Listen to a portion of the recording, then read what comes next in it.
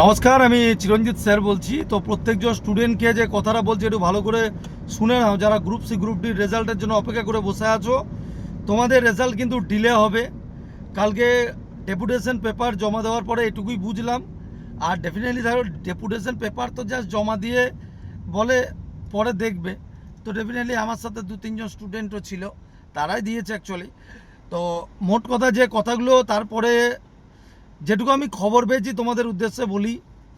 প্রথম কথা হচ্ছে যে আগস্ট মাসের দিকে group C group D result কিন্তু বেরোনোর সম্ভাবনা খুবই কম, মানে খুবই কম, ঠিক আছে। আর 2 নম্বর জিনিস হচ্ছে যারা প্রাইমারি এবং আপার প্রাইমারি টেট এর জন্য অপেক্ষা করে বসে আছো বা নবম দশম 11-12-এর জন্য বসে আছো, তোমাদের উদ্দেশ্যে বলি এদের 31শে আগস্ট কমপ্লিট হয়ে যাওয়ার পরে কিন্তু তোমাদের নতুন নোটিফিকেশান আসতে চলেছে। এবং এটা কিন্তু একদম যারা টেট পরীক্ষার্থীর তোমাদের জন্য কিন্তু একটা সুখবর একদমই। কারণ তোমাদের কিন্তু শিক্ষক দপ্তরটাকে শিক্ষামন্ত্রী সহ রাজ্য সরকার খুব গুরুত্ব সহকারে দেখছে। যেখানে যেখানে গ্রুপ সি গ্রুপ ডির ক্যান্ডিডেটদেরকে হালকাভাবে দেখা হচ্ছে ডেফিনেটলি। কারণ সেক্ষেত্রে রেজাল্টটা তাদেরও তো 26,000-এর মধ্যেই তারা পড়ে।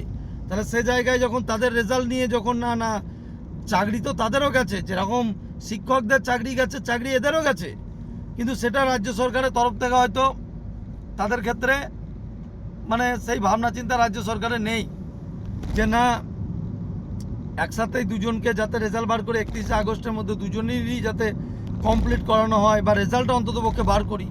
তো এই বিষয়গুলো কিন্তু রাজ্য সরকারের তরফ থেকে দেখিনি। আর আরেকটা কথা প্রত্যেকজনকে বলি, যদি তোমরা চাও, দেখো রাজ্য সরকারের কাছে আমাদের একটাই আমরা দেখাতে পারি আমাদের আন্দোলনের মাধ্যমে যে আমাদের ঘরে হাহাকার লেগেছে, আমাদের আর কোনো পথ নেই, আমাদেরকে রাস্তায় নামতে হবে। রাস্তায় নামা মানে এটা নয় যে তুমি দেশদ্রোহী হয়ে যাবে।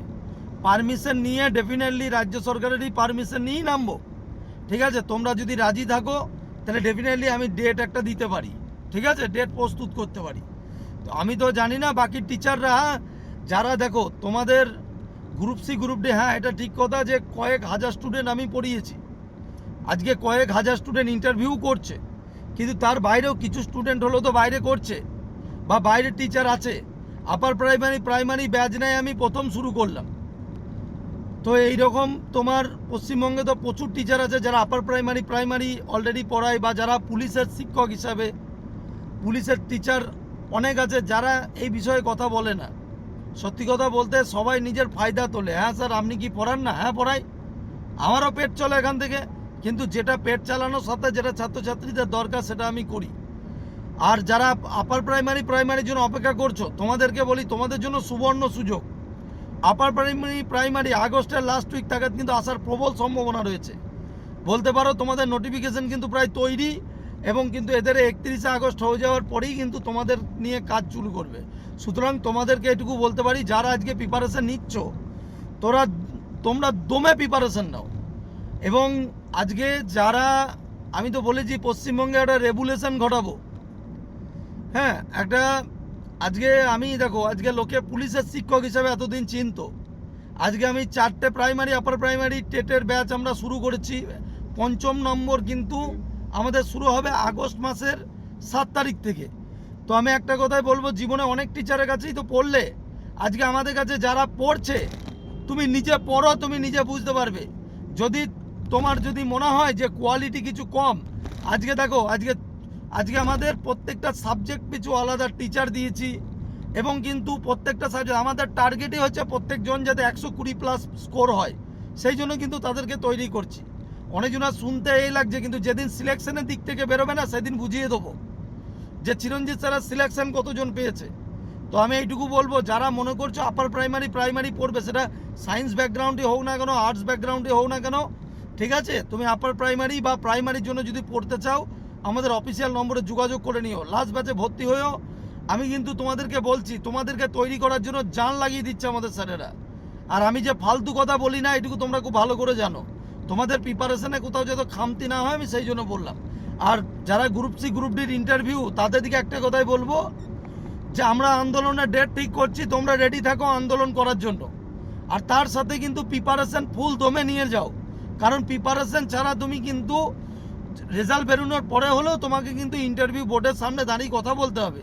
সুতরাং প্রত্যেকজনকে বলবো, যে টিচারই তোমার ভালো মনে হয় তার কাছে তুমি প্রিপারেশনটা সমানভাবে চালিয়ে যাও, ঠিক আছে? এইটুকুই বলবো।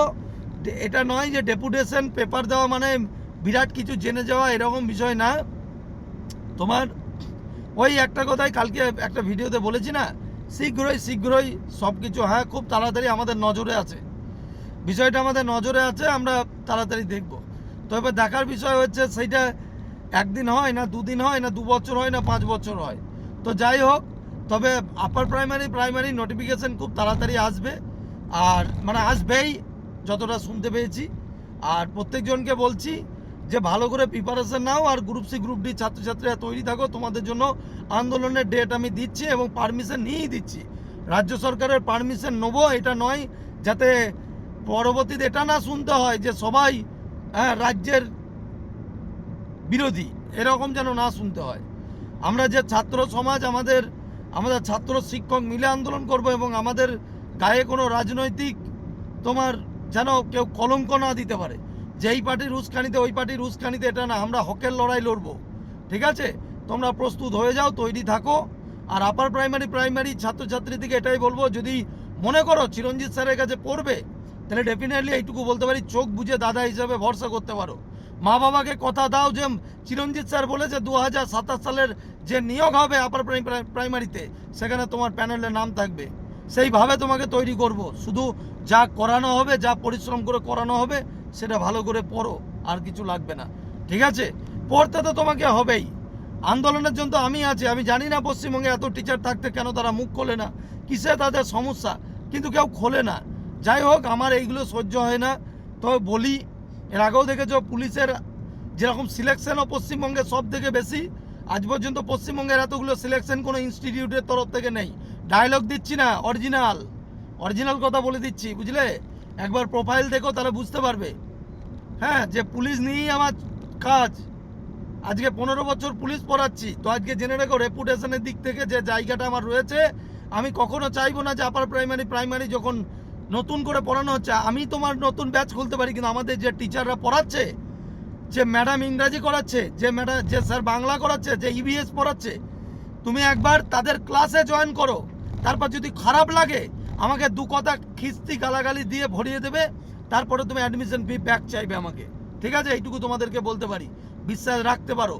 যারা আপার প্রাইমারি, তোমরা ভালো করে পড়ো, বাকিটা আমি বুঝে নেবো তোমাদের, ঠিক আছে? বললাম তো এত বড় কথা, মা বাবাদেরকে কথা দিও, চিরঞ্জিত স্যার তোমার দায়িত্ব নিয়েছে। আর আর গ্রুপ সি গ্রুপ ডি স্টুডেন্টদেরকে এটাই বলছি, ওই ডেপুটেশনে কিছুই হবে না। যদি পারো তো রাস্তায় নামো, বোঝা গেল?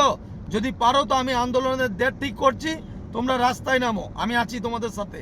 দেখছি রাজ্য সরকার কি করে রেজাল্ট না বার করে থাকে। 15ই আগস্ট পর্যন্ত দেখবো, যদি রেজাল্ট না বেরোয় তাহলে তোমার 20-22 তারিখ করে আন্দোলন করে দেবো, ঠিক আছে?